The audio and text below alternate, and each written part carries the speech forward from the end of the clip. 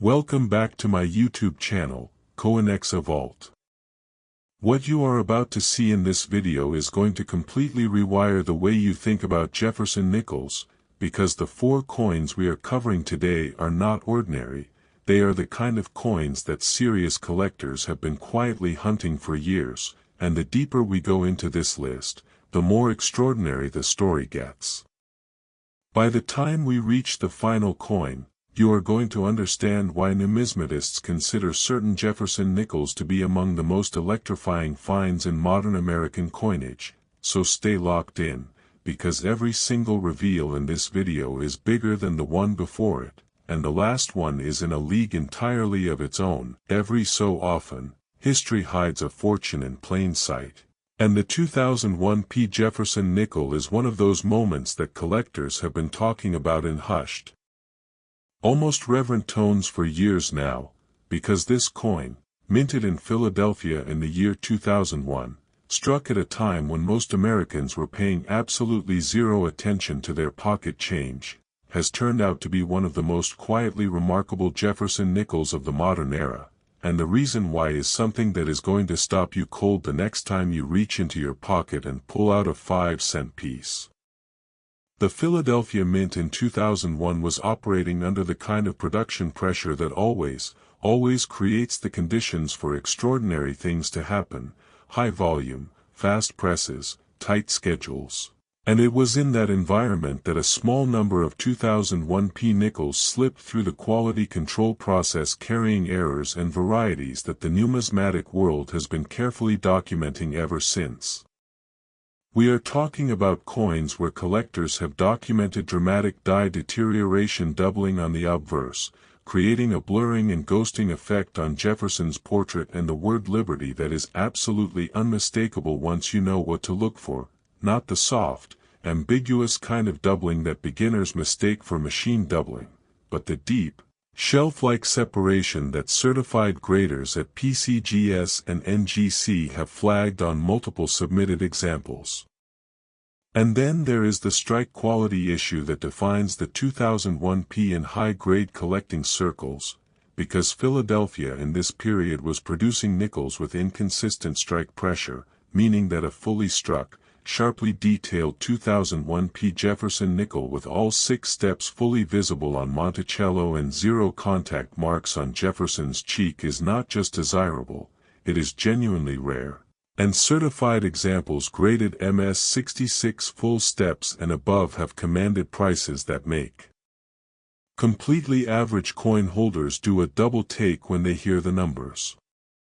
Imagine, for a second, a collector in the Midwest who has been pulling Jefferson nickels from circulation for 15 years, casually dropping them into albums without much thought, and then one afternoon he sits down with a loupe and really examines, a 2001 P that has been sitting in his collection gathering dust, and he sees it, the steps, crisp and complete, the fields mirror bright. The device is sharply struck with a definition that most 2001 P nickels simply do not have.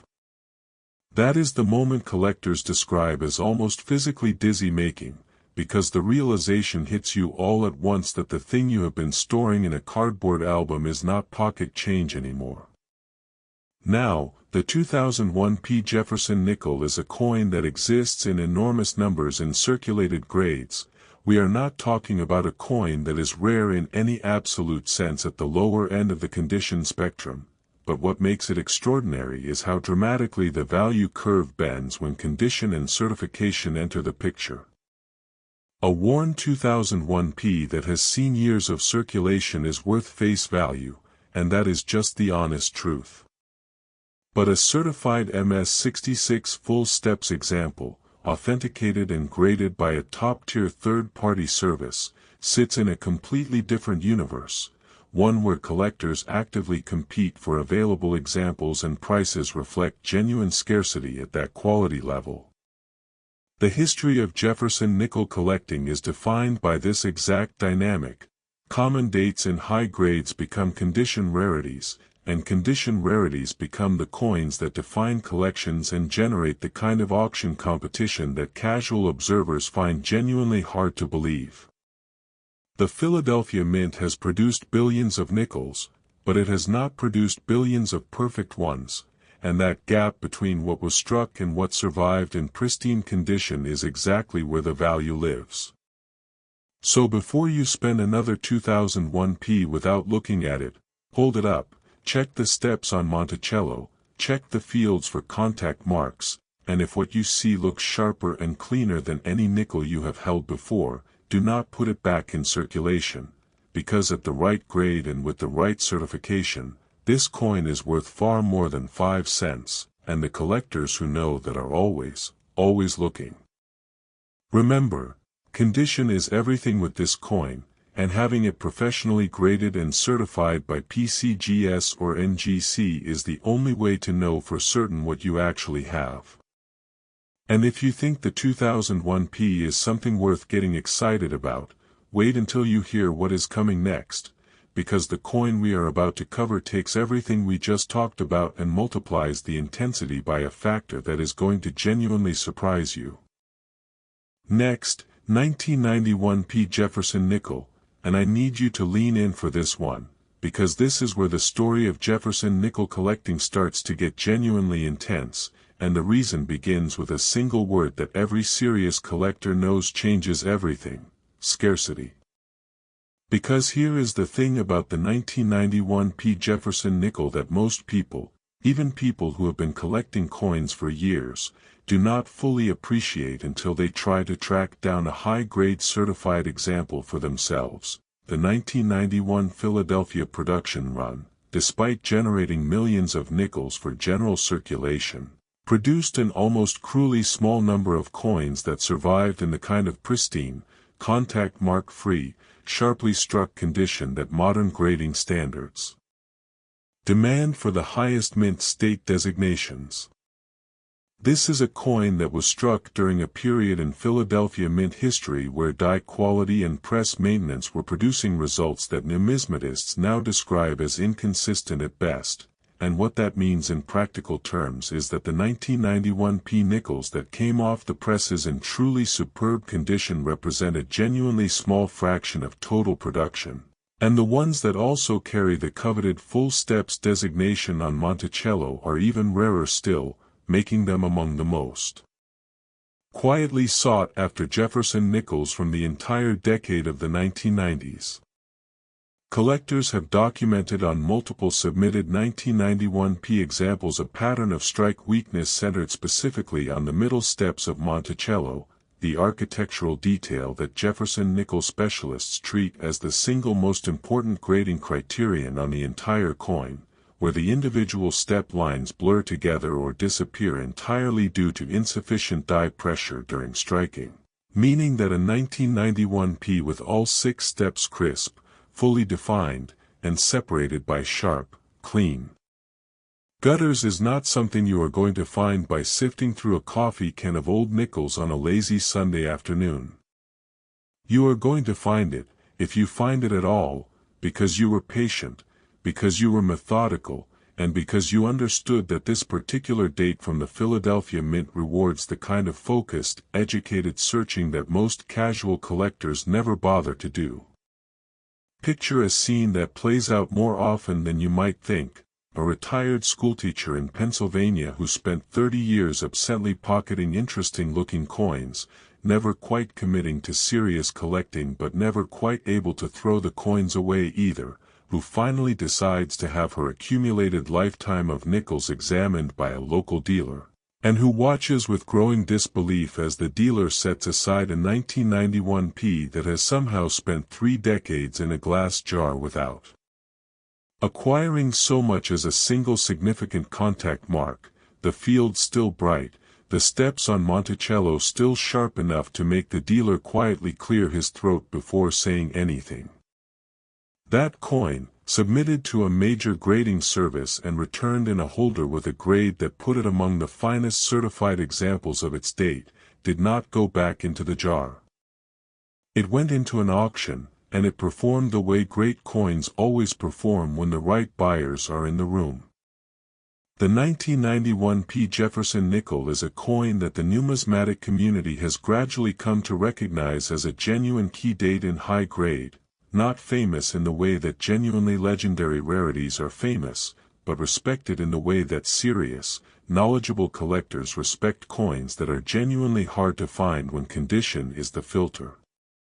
The population reports from major third-party grading services tell the story clearly. The number of 1991 P nickels certified at MS66 full steps and above is small enough that locating one for a type set or a date set requires either significant auction budget, significant patience, or significant luck, and in the coin world, all three of those things have real monetary value. What you need to understand, and what the population data makes impossible to argue with, is that the 1991 P at the high end of the condition scale is a coin that collectors actively compete for, that dealers specifically search for, and that auction houses treat as a legitimate highlight when one comes up for bidding. Always remember, having any nickel you believe might be exceptional professionally authenticated and graded is the essential first step, because without certification the value of even a genuinely remarkable coin is almost impossible to realize. And I promise you, if the 1991 P just made you want to search your old coin stash, what is coming next is going to make you want to go through every nickel you have ever owned, because the 1989 D Jefferson nickel is a whole different level of rare, and the story behind it is one of the most compelling in modern Jefferson nickel collecting history. Next, 1989 D Jefferson nickel, and I want you to understand something before we even get into the details of this coin, because what makes the 1989 D so extraordinary in collector circles is not just one thing, not just one error or one variety or one isolated quality issue. It is the convergence of multiple factors at a single point in Denver Mint history that created a coin which, in the right grade and the right certified holder, represents one of the most genuinely electrifying finds a Jefferson nickel collector can make. The Denver Mint in 1989 was in the middle of a production period that numismatists have since examined very carefully, because the records and the surviving coins together tell a story of die wear, strike inconsistency, and quality control gaps that produced a population of 1989 D nickels in true mint state condition that is far smaller than the total mintage numbers would ever suggest to an outsider.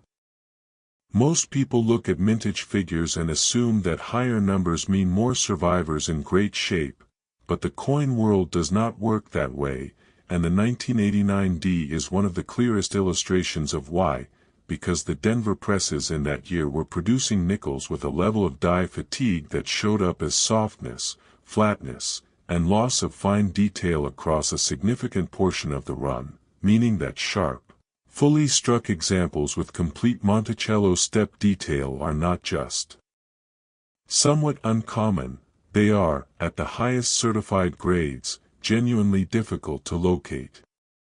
Collectors have documented on authenticated 1989 D examples a particularly interesting phenomenon involving the obverse die, specifically, a progressive deterioration in the sharpness of Jefferson's hair detail and the inscriptions that developed as dies aged through extended use, creating a spectrum of strike quality across the production run that ranges from acceptably decent at the low end to breathtakingly sharp at the rare high end, with very little in between.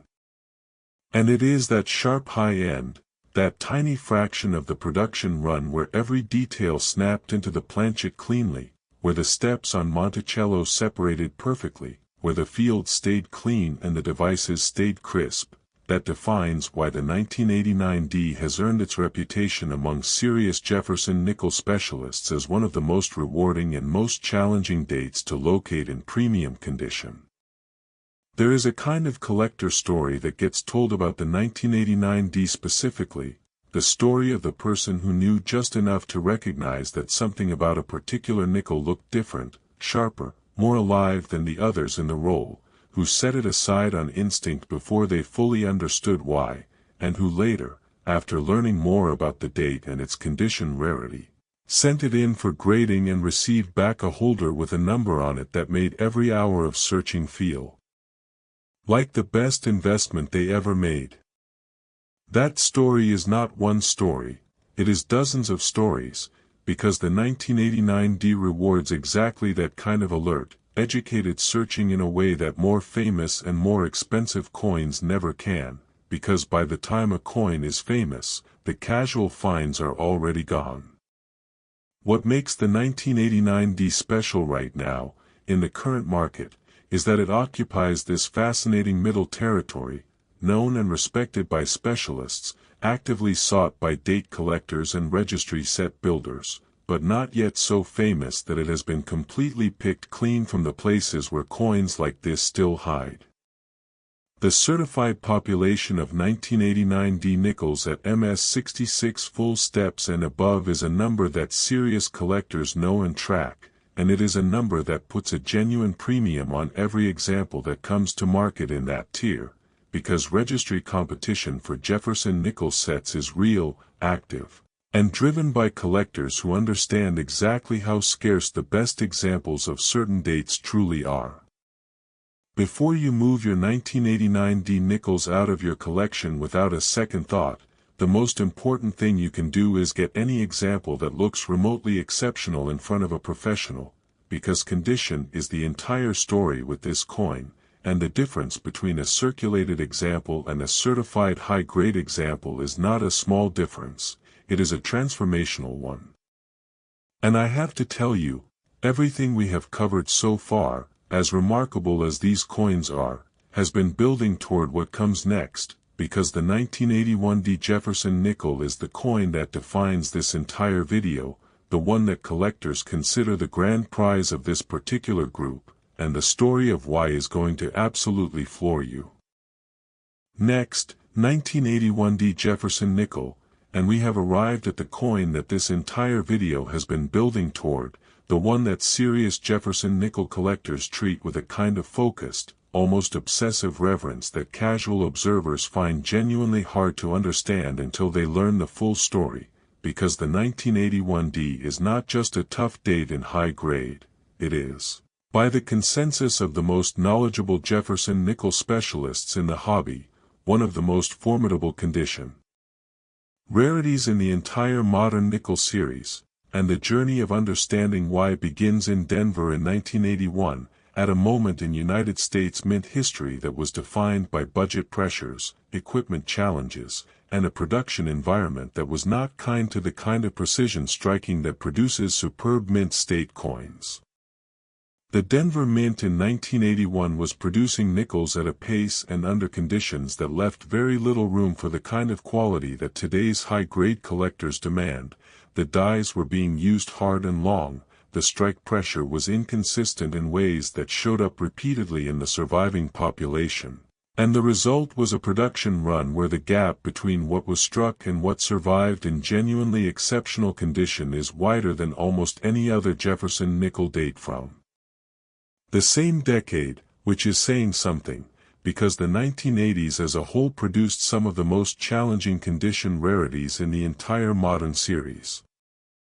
What collectors have documented on the finest certified 1981D examples is a combination of characteristics that individually would make any nickel interesting, but together create a coin that specialists describe in the kind of language usually reserved for much more famous issues. We are talking about full, crisp, clearly separated step lines on Monticello that required a perfect confluence of die condition, planchet quality, and strike pressure that simply did not happen very often in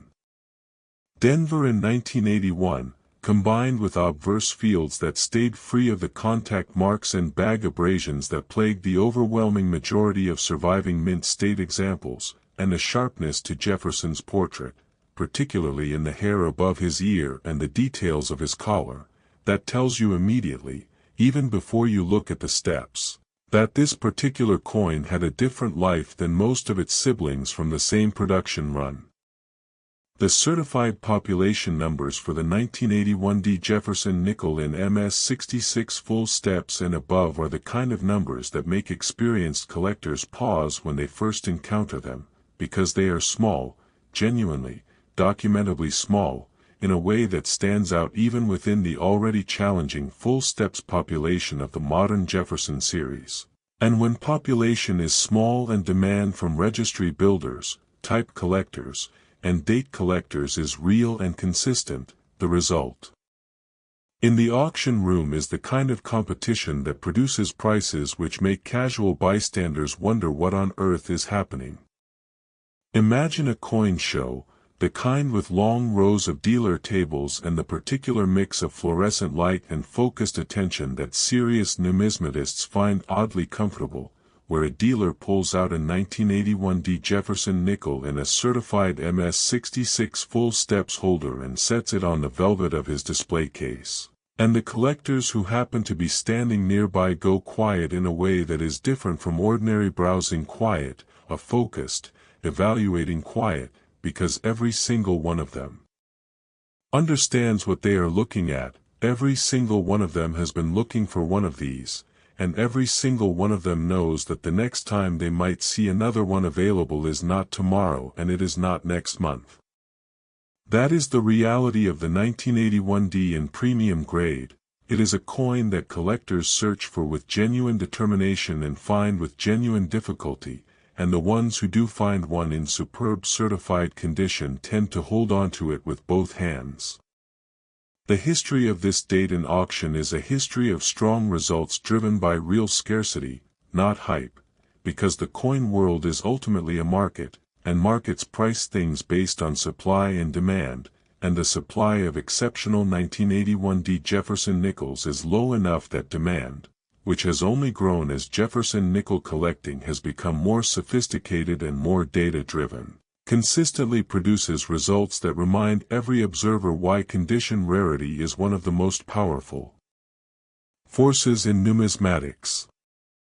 The emotional dimension of finding a great 1981D is something that collectors describe in terms that go beyond the financial. There is a sense, when you hold a coin that you know is genuinely rare in that state of preservation, that you are holding something the mint produced millions of and kept almost none of in this form, that the specific sequence of events required to bring this particular coin to you in this particular condition is so improbable that the coin itself feels like a small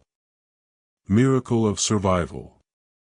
And that feeling, that combination of rarity and beauty and history and the particular satisfaction of knowing that you found something most people never find, is ultimately what drives the Jefferson nickel collecting community and what makes coins like the 1981D so much more than their metal content. Always remember, the value of any coin at this level is entirely dependent on its condition, its authenticity, and its certification by a reputable third-party grading service like PCGS or NGC, and having your coins professionally evaluated is the most important step you can take if you believe you might have something special. Thank you so much for watching all the way to the end of today's video. If this opened your eyes to the world of Jefferson nickel collecting, please like this video, share it with someone who loves coins, and subscribe to CoinExa Vault, because we are just getting started, and the best discoveries are always still ahead.